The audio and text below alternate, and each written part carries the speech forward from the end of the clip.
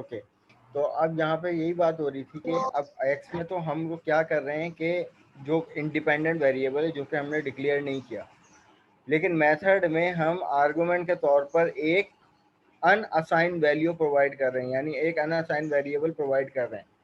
तो आउट क्या कर रहे हैं कि इस, क्योंकि टाइप सेम है, और आउट क्या कर रहा है कि इस ए के पैरामीटर के साथ रेफरेंस बना रहा है, इसके एड्रेस को क्या कर रहा है, अपने पास स्टोर कर रहा है, और जो भी वैल्यू है उसकी वैल्यू को पिक करके इसमें असाइन कर रहा है।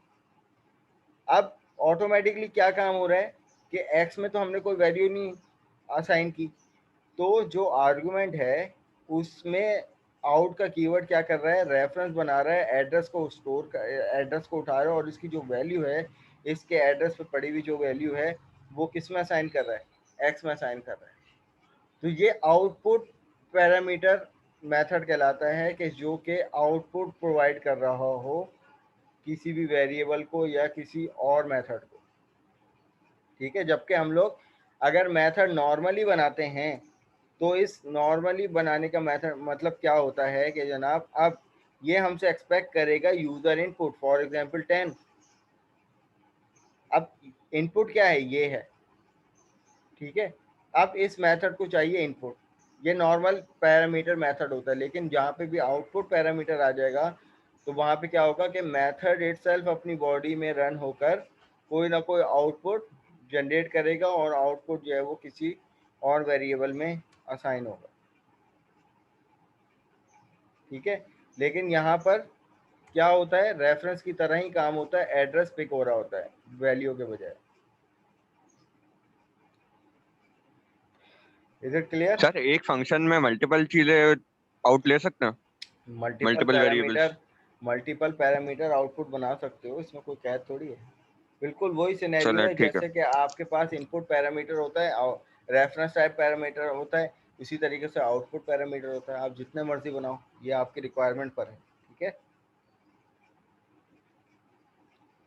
अच्छा, अब जो हमारे पास आज की कहानी है वो जनाब है कंस्ट्रक्टर। किसी भी क्लास के अंदर कंस्ट्रक्टर क्या होता है, उस क्लास का मेंबर होता है, ये बात आप सब जानते हैं, ठीक है। कोई छोटी सी डेफिनेशन बताएगा कंस्ट्रक्टर के हवाले से, हमने प्रीवियस क्लास में भी डिस्कस किया था। कंस्ट्रक्टर क्या होता है इटसेल्फ?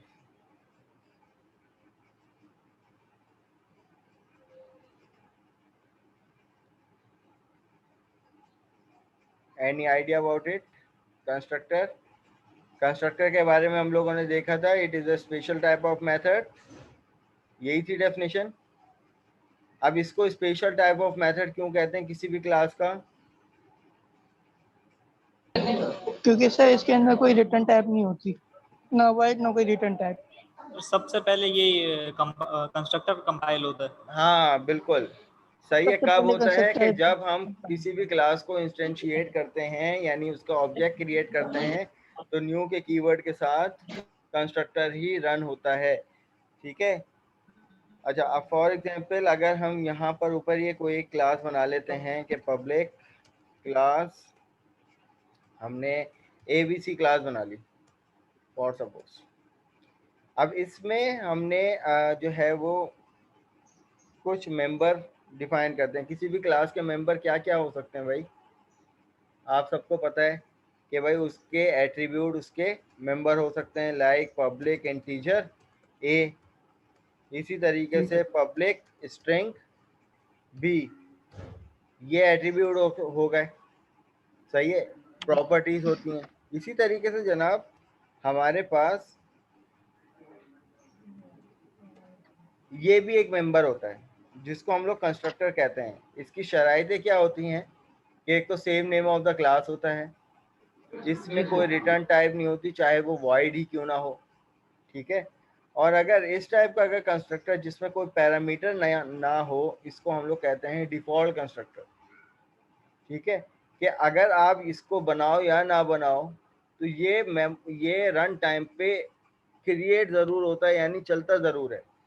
अब अगर हमें डिफ़ॉल्ट कंस्ट्रक्टर के थ्रू कोई काम लेना होता है तो हम यहाँ पर अपनी स्टेटमेंट प्रोवाइड कर दें। तो इसकी एग्जांपल हमने देखी थी कि अगर कुछ नहीं तो हम यहाँ पर सिर्फ अपना नाम प्रिंट करवा दें या आप हेलो लिख दो और कुछ नहीं करो, सिर्फ क्लास का ABC जो हमने क्लास बनाई है उसका इंस्टेंस क्रिएट कर दो, तो ऑटोमेटिकली इस लाइन के बाद ये वाला ब्लॉक ऑफ कोड रन हो जाता है। ये बात से सब एग्री करते हैं, ऐसा ही होता है, यस सर। ठीक है यस ना। सर। तो अब इसको कहते हैं डिफ़ॉल्ट कंस्ट्रक्टर। डिफ़ॉल्ट कंस्ट्रक्टर क्यों कहा जाता है? क्योंकि इसमें कोई पैरामीटर नहीं होता। डिफ़ॉल्ट का मतलब बस जो आपने इसकी बॉडी में ब्लॉक ऑफ कोड प्रोवाइड किया है बस वो code as it is run हो जाएगा। अगर कंस्ट्रक्टर को ही डायनामिक बनाते हैं कि फॉर एग्जांपल अगर हमारे पास ये वाली फील्ड क्या होती, प्राइवेट होती, अगर हम यहाँ पर इनको प्राइवेट कर दें तो प्राइवेट से क्या होता है कि अब इनका सर किसी स्कोप जो दूसरी है, क्लास में कौन नहीं होता? अब इनका स्कोप जो है, ये जो दो वेरिएबल हैं A एंड B, इनका scope with in the class होगा। यानी यहाँ से लेकर यहाँ तक का इनके इसी के दरमियान जो है वो इनका स्कोप होगा। चाहे आप यहाँ पर भले से ये देखो A भी यहाँ पर कॉल हो रहा है, यहाँ पे कॉल हो रहा है। अब इसी तरीके से आप यहाँ पर क्लास के अंदर रहते हुए अगर कोई मेथड भी बना लो, पब्लिक वॉइड शो के नाम से हमने मेथड बना लिया और कंसोल डॉट राइट लाइन की जगह यहाँ पे देखें A यहाँ पर भी इम्प्लीमेंट हो रहा है और B यहाँ पर भी इम्प्लीमेंट हो रहा है, लेकिन इनका स्कोप क्या है? प्राइवेट है। प्राइवेट का मतलब होता है कि विद इन द क्लास, सही है। जिस क्लास में जो मेंबर अगर प्राइवेट हो गया तो जनाब वो क्या होगा? With in the class. आप आउटसाइड द क्लास इनको चला ही नहीं सकते, इम्प्लीमेंट कर ही नहीं सकते। अब क्या तरीक़ेकार है भाई? अब मैं चाह रहा हूँ कि मेरे पास आउटसाइड द क्लास जो है वो इनमें वैल्यू प्रोवाइड कर दूँ। यानी जब मैं क्लास को जब इम्प्लीमेंट करूँगा तो इनके क्लास के मेंबर तो यहाँ पे एक्सेस नहीं होंगे। अगर देखा जाए तो ABC डॉट करने के बाद ना तो मुझे A मिलेगा ना तो मुझे B मिलेगा। हाँ, अगर मैं इनका स्कोप प्राइवेट की जगह पब्लिक कर दूं तो अब ये हंसी खुशी यहाँ पर अपने ऑब्जेक्ट के साथ इम्प्लीमेंट होंगे, ठीक है ना। अब लास्ट क्लास में हम लोगों ने एक और स्कोप पढ़ा था, स्टैटिक, ठीक है ना। अगर किसी भी मेंबर को स्टैटिक कर दिया जाए तो उसके कॉल होने का अंदाज क्या होता है? अभी तो पहले मुझे ये बताएं कि ये जो एट्रीब्यूट है A और ये एट्रीब्यूट है हमारे पास B, दोनों क्या स्टैटिक हैं या नॉन स्टैटिक हैं?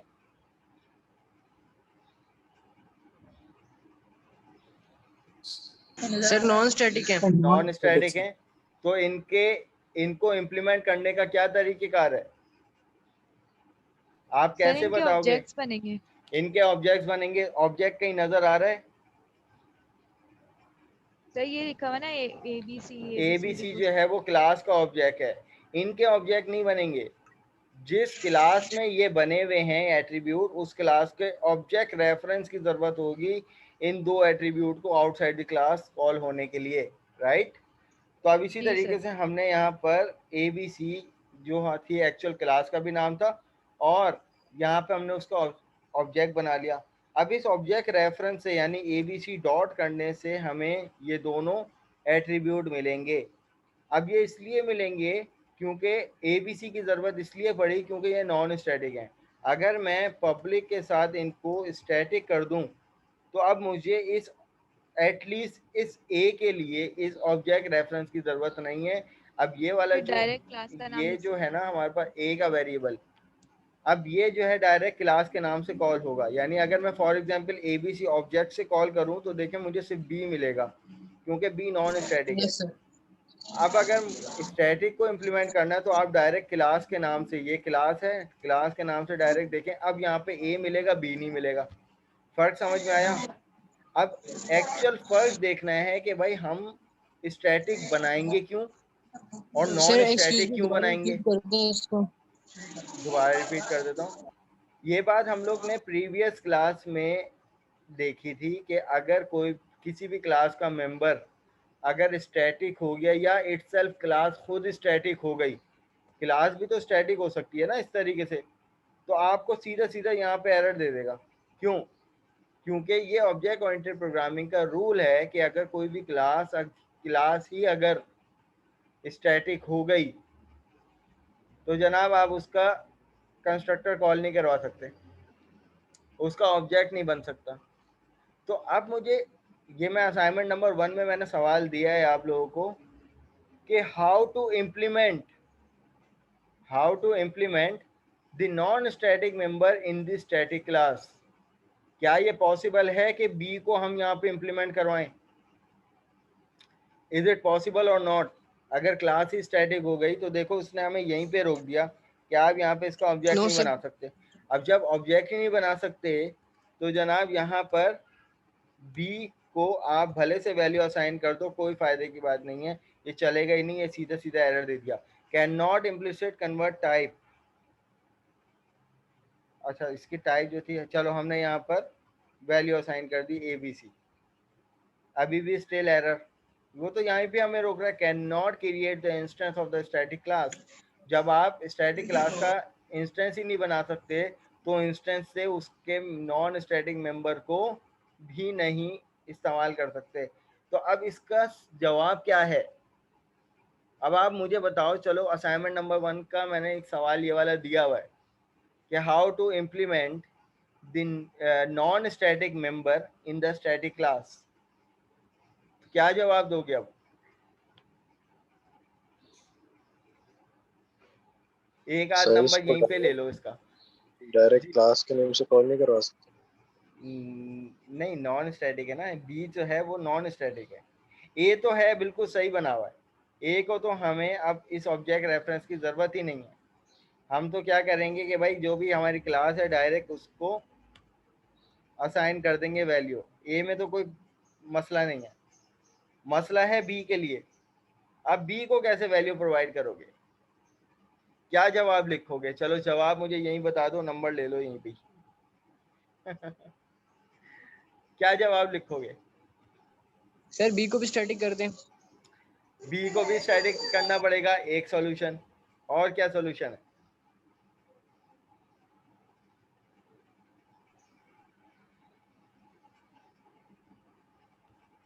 Any idea about it? Gas करो।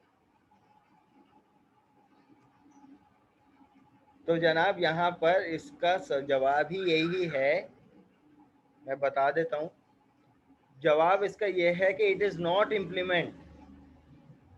Is not possible to implement the non static member in the static class.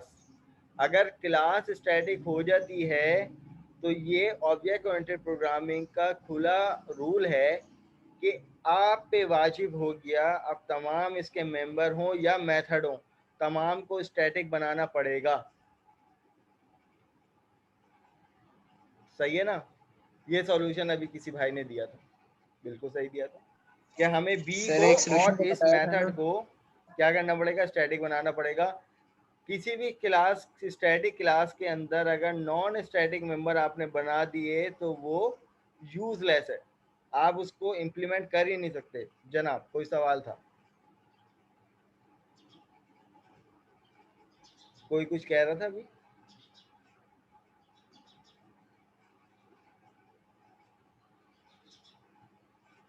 यहाँ तक की बातें क्लियर हो रही हैं सबको? यस सर, सर मेरा डन है, प्लीज कंटिन्यू। चलो अल्हम्दुलिल्लाह। अब आते हैं एक्चुअल कंस्ट्रक्टर की डेफिनेशन पे। ये तो हमने बात कर ली इसको। अच्छा जल्दी से मुझे ये भी बता दो, लास्ट क्लास में हम लोगों ने एक दो एक्सिस मॉडिफायर के दरमियान डिफरेंशिएट किया था और उसको पूरा इम्प्लीमेंट करके भी चेक किया था, इंटरनल एंड पब्लिक। क्या डिफरेंस था दोनों में?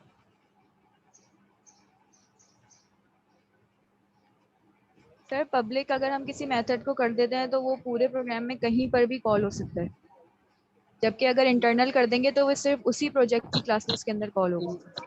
यस सर, आप एक्सेस मॉडिफायर यूज करेंगे तो आपका जो प्रोजेक्ट है वो दूसरे के प्रोजेक्ट के साथ भी लिंक कर सकते हैं, और इंटरनल से हम सिर्फ अपने प्रोजेक्ट में ही काम करते हैं। हाँ, एक्चुअल जवाब ये है जो मेरे ख्याल से उम्मे आनी आपने बताया था पहले जवाब।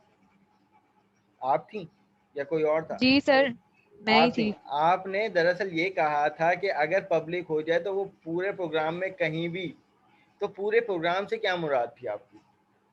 मतलब कि आपके जितने भी प्रोजेक्ट्स हैं उसकी किसी भी क्लास में वो कॉल हो सकता है अगर आउटसाइड पब्लिक दी हो, लेकिन अगर प्रोजेक्ट भी इस्तेमाल हो सकता है, थी है वो जी, क्लास। सही, ठीक है ना? मतलब आपके ये टोटल मेंशन करना जितने है प्रोजेक्ट। आपने। प्रोग्राम से मुराद पता है कोई क्या समझेगा?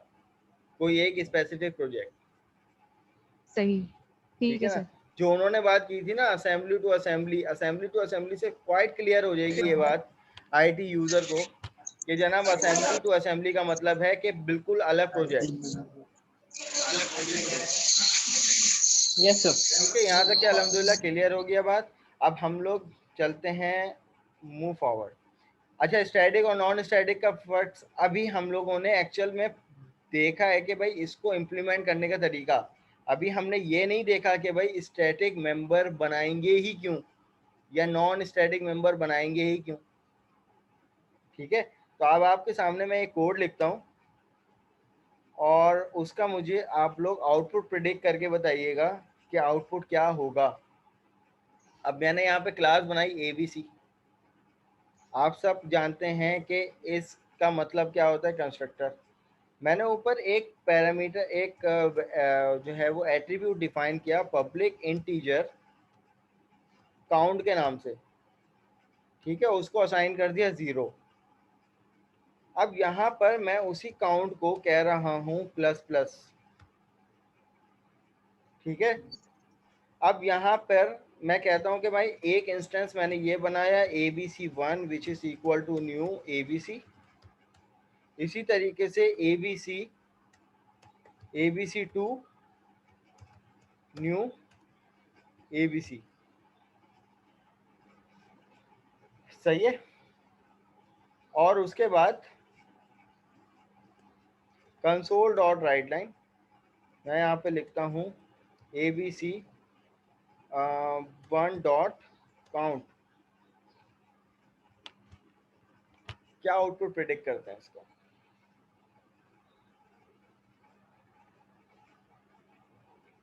सर आई गेस 1 आंसर होगा। जी, और कोई 1 वाले कौन कौन है भाई? सब लोग इत्तेफाक करते हैं कि भाई ये इनके जवाब पे कि भाई 1 आउटपुट होगा। कोई किसी को समझ में आ रहा है कि ये 2 क्यों नहीं होगा? नोटिस किया जाए कि कंस्ट्रक्टर कितनी दफा कॉल हो रहा है मेन में, ये नोटिस करें, हिंट है। और कंस्ट्रक्टर की बॉडी में हमने क्या डिफाइन किया हुआ है कि काउंट प्लस प्लस हो जाए। प्लस प्लस काउंट क्या करेगा? 1 इंक्रीमेंट करेगा। कंस्ट्रक्टर यस कितनी सर। दफा इंप्लीमेंट हो रहा है? 2 दफा हो रहा है। तो हम ये एक्सपेक्ट कर रहे हैं कि आउटपुट जो है वो हमारा 2 होना चाहिए। भाई मैंने आपके सामने ये बातें रखी हैं, अभी आउटपुट तो आप लोगों के हाथ में, आउटपुट क्या प्रिडिक्ट करते हैं मुझे भी नहीं पता अभी आउटपुट, बस मेरे जहन में आया कोड मैंने लिख दिया।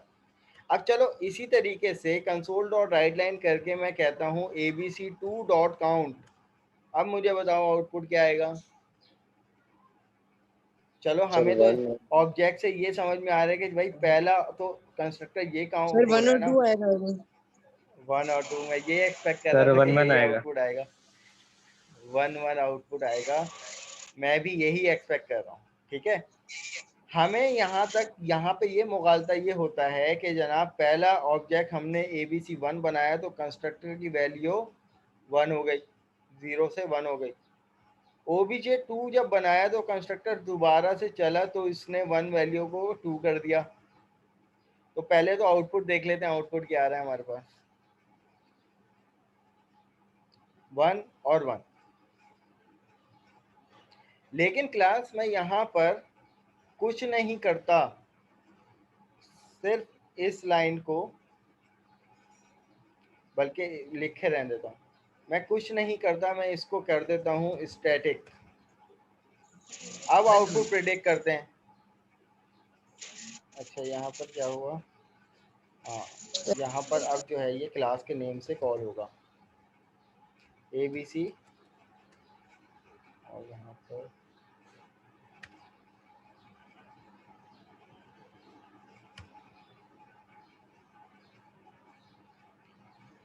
Console dot write line ABC dot करने के बाद काउंट।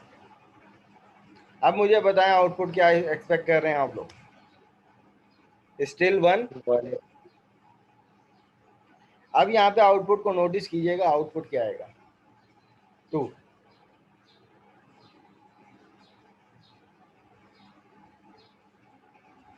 नहीं आई ये चीज समझ में, या कुछ कुछ आ रही है समझ में? नो सर, नहीं समझ आ रही सर, नहीं दोबारा समझ में आ गई, मतलब उसको चलो सही इंक्रीमेंट है। करने के बाद 2 दफा फिर लास्ट में जो हमारे पास आउटपुट आया वो प्रिंट किया। मैं वापस इसको नॉन स्टैटिक करता हूँ, ठीक है, और इसको सिर्फ एक इंस्टेंस पे अभी हम चलाते हैं। मैं यहाँ पर इसको कमेंट आउट कर देता हूँ और इसका ऑब्जेक्ट हम ढंग से बना लेते हैं ABC1 काउंट। ये बात तो सबको समझ में आती है, काउंट हमने इनिशियलाइज किया था 0 से, बता दें। ठीक है, यस और सर। कंस्ट्रक्टर में इसी काउंट को हमने इंक्रीमेंट करवा दिया, पोस्ट इंक्रीमेंट करवा दिया। 1 हो गई काउंट की सर। वैल्यू जब भी ये कंस्ट्रक्टर रन होगा तो ये 0 से 1 कर दे और उसके बाद प्रिंट करवा दे, ऐसा ओके ही है सर। ना? तो अब यहाँ पर हमारे पास यस आउटपुट सर। क्या आ रहा है, 1 आ रहा है, ठीक है। 1। इसी यस तरीके से हम यहाँ पर इसको स्टॉप करके कुछ नहीं, इसका एक और इंस्टेंस बना देते हैं, सही। अब यहाँ पर आप इसको भले से ऑब्जेक्ट नंबर 2 से डिफाइन कर दो, तो इसका आउटपुट अभी भी स्टिल 1 आएगा, जबकि हमें ये बात साफ जाहिर हो रही है, चलो OBJ1 तो पहला ऑब्जेक्ट था ना, जो 0 से 1 कर दिया, तो OBJ2 तो 2 करना चाहिए था ना, इसको 1 से 2 करना चाहिए था। तो ये क्या कहानी हो रही है? तो जनाब यहाँ पे फर्क जो है ना, फर्क जो है, आप प्लीज आप लोग माइक अपने बंद कर दें, नॉइस आ रहा है वो। सॉरी सर, वो स्क्रीन आपकी नहीं शो हो रही थी, मुझे इसलिए थोड़ा सा देख रहा था। अच्छा, माइक अब हो अपने गई बंद है। कर दें, जब कोई सवाल हो ना तो फिर माइक अनम्यूट कर लीजिएगा आपको। अब यहाँ पर समझाने का मकसद सिर्फ ये है कि वेरिएबल क्या है, नॉन स्टैटिक। और नॉन स्टैटिक अब हम ये समझने जा रहे हैं कि जनाब हम नॉन स्टैटिक और स्टैटिक का इस्तेमाल ही क्यों करते हैं। अब यहाँ पे देखें, अभी वेरिएबल जो काउंट है ना हमारे पास, ये है नॉन स्टैटिक, और नॉन स्टैटिक हर इंस्टेंस के लिए नया इनिशियलाइज होता है। यानी अगर देखा जाए तो इस आउटपुट में भी 1 आ रहा है और इस इंस्टेंस में भी आउटपुट 1 आ रहा है। नॉन स्टैटिक मेंबर जो है वो क्या होता है कि हर इंस्टेंस के लिए अलग अलग इस्तेमाल होता है। जबकि अगर मैं इसी वेरिएबल को स्टैटिक कर दूं ना, और नंबर ऑफ इंस्टेंस मैंने कितने बनाए हैं, 2 बनाए हैं, तो अब मुझे सिर्फ काउंट को इस्तेमाल करना है, यानी ABC डॉट काउंट। अब ये काउंट का वेरिएबल जो है ना, ये क्या करेगा, नंबर ऑफ इंस्टेंस को काउंट करेगा। ये सवाल भी आप लोगों का लैब नंबर 6 में क्वेश्चन नंबर 1 के तौर पर दिया हुआ है कि भाई मुझे एक प्रोग्राम बना के दिखाओ जिसमें आप कैलकुलेट करो how many number of instance. एक क्लास बनाओ, एक क्लास बना दी, उसके अंदर एक वेरिएबल ऐसा प्रोवाइड करो कि वो वेरिएबल काउंट करे कि आपने उस क्लास के कितने नंबर ऑफ इंस्टेंस क्रिएट किए हैं। अब मैं अगर यहाँ पे आके एक और इंस्टेंस इसका क्रिएट कर दूं, ABC3 which is equal to यहाँ पर which is equal to new ABC, तो अब मुझे बताइए काउंट की वैल्यू क्या आ जाएगी। अब यहाँ पे काउंट की वैल्यू आएगी 3। तो स्टैटिक मेंबर क्या कर रहा है, हर इंस्टेंस पे प्रीवियस वाली वैल्यू को होल्ड कर रहा है। इसलिए हम क्या करते हैं, स्टैटिक मेंबर, स्टैटिक कोई भी एट्रीब्यूट इसलिए बनाया जाता है कि ताकि हर इंस्टेंस पे वो प्रीवियस इंस्टेंस को, नए इंस्टेंस पे प्रीवियस इंस्टेंस की वैल्यू को होल्ड करे। तो यहाँ पे ये बात वाज़ेह हो रही है आप लोगों को कि अब क्योंकि यस सर। काउंट का वेरिएबल स्टैटिक है, तो इसने पहले इंस्टेंस में वैल्यू को क्या किया, 1 किया और होल्ड कर लिया अपने पास। अब दूसरे इंस्टेंस पे जो इसको वैल्यू मिलेगी वो 0 नहीं मिलेगी, वो प्रीवियस इंस्टेंस की वैल्यू मिलेगी, 0 मिलेगी, मतलब 1 मिलेगी। फिर जब तीसरा इंस्टेंस चलेगा तो ये क्या करेगा, इसने 1 को, इस इंस्टेंस ने 1 को 2 किया और इस इंस्टेंस ने 2 को 3 कर दिया। जबकि अगर मैं यहाँ पर इसी को नॉन स्टैटिक बना दूं और भले से आप यहाँ पर मैं कह दूं कि भाई ABC1 डॉट करने के बाद मैंने काउंट चला दिया, ठीक है, नो इशू। इसी तरीके से मैं इसी लाइन को कॉपी करके 3 दफ़ा पेस्ट कर देता हूँ और मैं यहाँ पर इंस्टेंस 2 कर देता हूँ और यहाँ पर इंस्टेंस 3 कर देता हूँ। अब स्टूडेंट्स याद रखिएगा, अब हर इंस्टेंस पे सेम वैल्यू यहाँ पर आउटपुट के तौर पे आएगी 111। तो इस बात से क्या जाहिर हुआ कि जो नॉन स्टैटिक मेंबर है वो हर इंस्टेंस के लिए यूनिकली आइडेंटिफाई होता है। ये यानी बात समझ में आ वैल्यूज रही को है? ओवरराइड वो कर देता है प्रीवियस नॉन स्टैटिक। ओवरराइड कर देता है, वो होल्ड नहीं करता प्रीवियस वैल्यू को, हर इंस्टेंस के लिए नए सिरे से चलता है। इज इट क्लियर और not? It is clear sir. ठीक है, Yes, sir. तो that's why we create the static और नॉन स्टैटिक मेंबर। अच्छा, अब स्टूडेंट्स आप लोग एक बात का और जवाब दीजिएगा, एक और कोड आपके सामने लिखता हूँ। हमने कंस्ट्रक्टर बनाया, ठीक है, और इसके अंदर मैंने एक मेंबर बनाया पब्लिक इंटीजर a और उसको डिक्लेयर कर दिया पब्लिक स्ट्रिंग b और उसको भी डिक्लेयर कर दिया। सही है? मैं यहाँ पर लिखता हूँ अपने क्लास का ऑब्जेक्ट बनाया abc1 which is equal to new abc, और कंसोल डॉट राइट लाइन में मैंने यहाँ पर पहले लिखा abc डॉट करने के बाद a, और जनाब यहाँ पर console dot write line abc1 dot b। अब मुझे बताइए क्या प्रिंट होगा? 0 और B। 0 और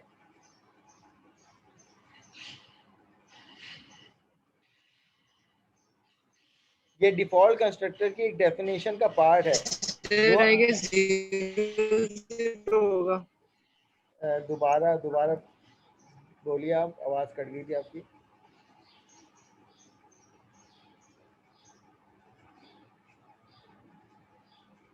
चलो इंटीजर से तो हमें ये समझ में आ रहा है, स्ट्रिंग का क्या समझ में आ रहा है? ये बी तो स्ट्रिंग है। अब यहाँ पे पूरे कोड में हमने कहीं भी कोई यूजर इनपुट ना तो लिया, ना तो कोई हार्ड कोड वैल्यू दी है। सर नल नहीं हो जाएंगे?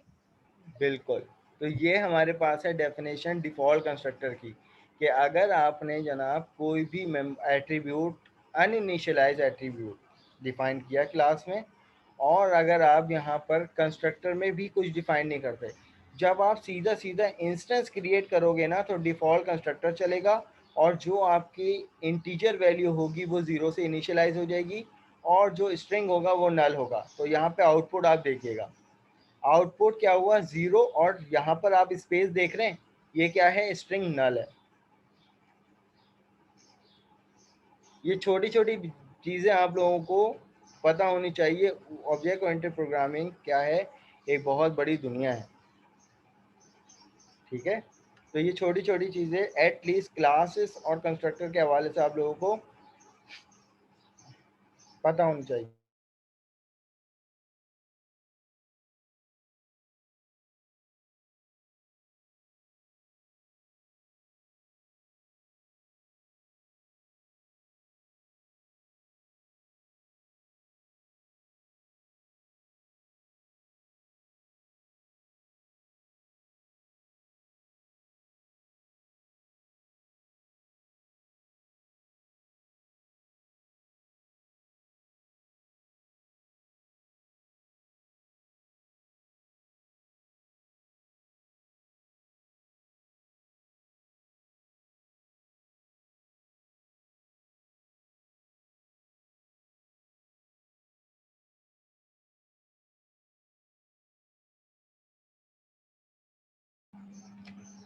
ऑल राइट,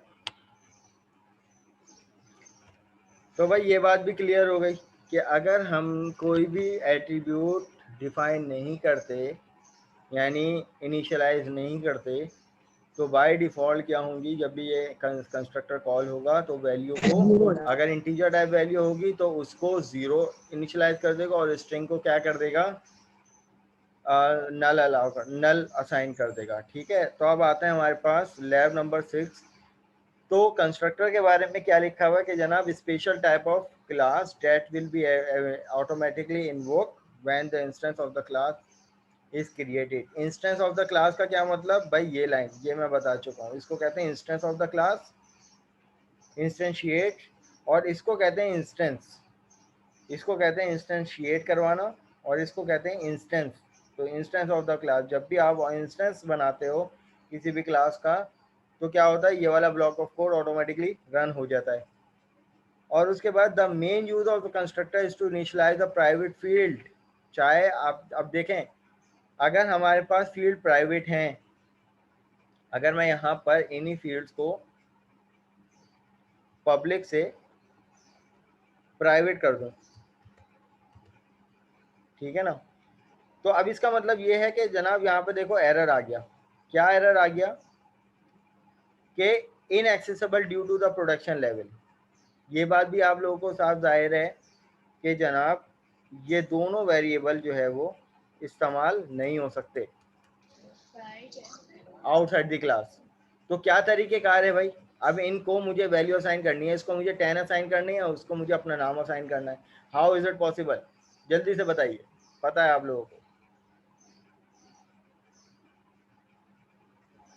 सर क्लास के साथ अब मुझे यहाँ पर है सर रेफरेंस के साथ क्या कह रहे हैं, क्या रेफरेंस, कैसा रेफरेंस?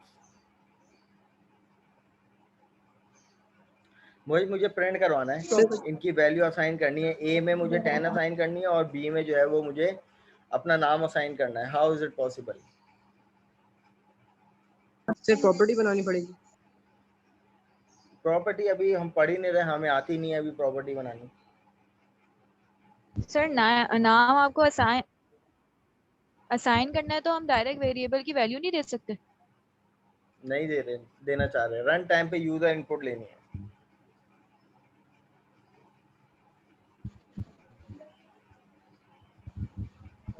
तो सर पैरामीटर ले लें फिर। किसके पैरामीटर?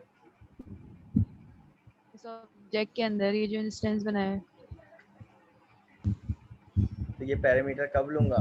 आप ये कह रही हैं ना मैं ये वाला काम कर लूँ 10 कॉमा अपना नाम, ये कह रही है ना, तो इसके लिए मुझे क्या करना पड़ेगा? इसके लिए तो मुझे क्लास में कुछ ना कुछ करना पड़ेगा ना पहले। देखें, सवाल मेरा सिर्फ ये है कि हाउ इज़ इट पॉसिबल, अगर कोई भी प्राइवेट फील्ड्स हैं तो उन प्राइवेट फील्ड्स में मुझे आउटसाइड द क्लास यूज़र से इनपुट कैसे लेना पड़ेगा, मेरा ये सवाल है। तो जनाब कंस्ट्रक्टर, आप सबको पता है प्रीवियस क्लास में हम लोगों ने ये वाला काम किया था ना, कंस्ट्रक्टर में पैरामीटर प्रोवाइड कर दो, एक प्रोवाइड कर दो A1 के नाम से और एक प्रोवाइड कर दो स्ट्रिंग B1 के नाम से। तो अब यहाँ पे क्या करना पड़ेगा, दिस डॉट जो हमारे पास ये है A, उसको हम A1 असाइन कर देंगे, ऐसे ही होगा ना। इसी तरीके से दिस डॉट B जो है उसको हम B1 असाइन कर देंगे। और जनाब आप यहाँ पर कंसोल डॉट राइट लाइन में आप A प्रिंट करवा लो और इसी तरीके से कंसोल डॉट राइट लाइन में आप B प्रिंट करवा लो। ये लो जी, काम हो गया। अब आप यहाँ पे चाहो तो यूज़र से इनपुट ले लो। यूज़र से इनपुट कैसे लेते हैं आप सबको पता है कि इंटीजर टाइप मैंने एक वेरिएबल ले लिया x which is integer dot parse, और जनाब यहाँ पे आ गया user input console dot read line, और यहाँ पर आप x प्रोवाइड कर दो। एक वेरिएबल तो आ गया यहाँ पे, एक यूज़र इनपुट आ गया यहाँ पे। अब हमें दूसरा यूज़र इनपुट लेना है, हमने यहाँ पर ले लिया string y which is console dot read line, और यहाँ पे आप दूसरा पैरामीटर प्रोवाइड कर दो y। ये लो, हो गया काम या नहीं? हो गया सर। तो ये वाला सवाल था, इसका जवाब ये बनता है कि it is possible by using constructor. तो यहाँ पे डेफिनेशन में भी लिखा हुआ है कि the main use of the constructor is to initialize the private field of the class while creating the instance of the class. कि when you have not created constructor, the compiler will automatically create the default constructor. और ये बात भी आप जानते हैं कि अगर आप कंस्ट्रक्टर नहीं बनाते तो कंपाइलर डिफ़ॉल्ट कंस्ट्रक्टर तो चलाता ही है ना, भले से आप मेंशन करो या ना करो, बॉडी तो रन होती है ना। और इसी तरीके से आखिरी चीज़ लिखी हुई है, the default constructor initialize all numeric field, यानी जब आप कंस्ट्रक्टर और डिफ़ॉल्ट कंस्ट्रक्टर ऑटोमेटिकली चलाते हो तो क्या होता है कि जनाब आपकी ऑल न्यूमेरिक फील्ड जो होती हैं वो ज़ीरो से इनिशियलाइज हो जाती हैं और स्ट्रिंग जो होता है वो नल हो जाता है। ये भी बात सब ने देख ली थी, ऐसा ही हो रहा था ना। Yes sir. अब कुछ की पॉइंट्स हैं कंस्ट्रक्टर के हवाले से। अ class can have any number of constructor. क्या क्लास में एक ही कंस्ट्रक्टर बन सकता है? सवाल है मेरा आपसे, क्या नो हम एक सर। से ज़्यादा कंस्ट्रक्टर बना सकते हैं? Yes sir. बिल्कुल बना सकते हैं। तो ये पहला पॉइंट है कि कितने भी कंस्ट्रक्टर बनाए जा सकते हैं। अ constructor does not have any return type not even run void. ये बात भी आपको सबको पता है, प्रीवियस क्लास में ही हमने पढ़ ली थी कि भाई क्या फ़र्क है मेथड और कंस्ट्रक्टर में। कंस्ट्रक्टर में जनाब टाइप नहीं होती, कोई रिटर्न टाइप नहीं होती, चाहे वो वॉइड ही क्यों ना हो, ठीक है। Static constructor can not be parameterize. अब सवाल ये आता है कि क्या कंस्ट्रक्टर को भी स्टैटिक किया जा सकता है या नहीं?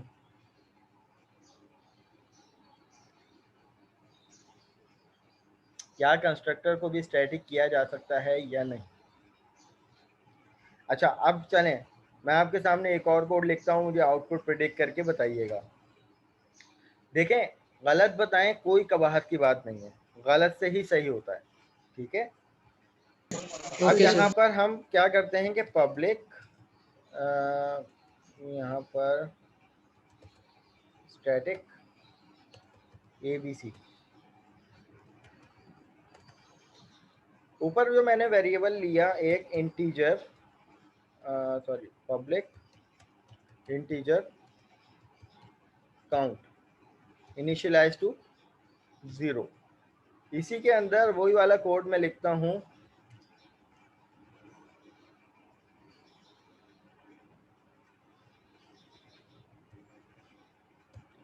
Count plus plus.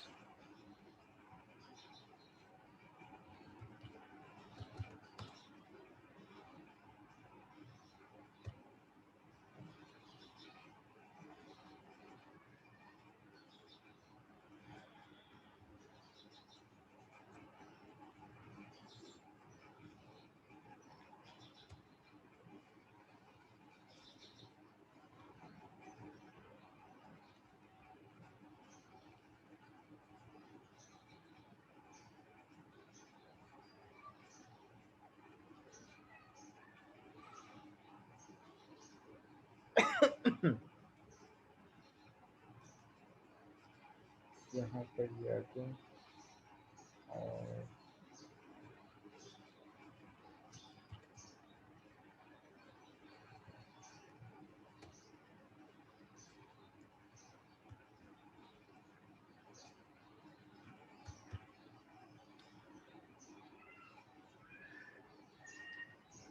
अच्छा, अब सवाल ये था कि क्या कंस्ट्रक्टर स्टैटिक बन सकता है। आपके सामने है स्टैटिक कंस्ट्रक्टर, कंस्ट्रक्टर ही है ना ये, या कुछ और है?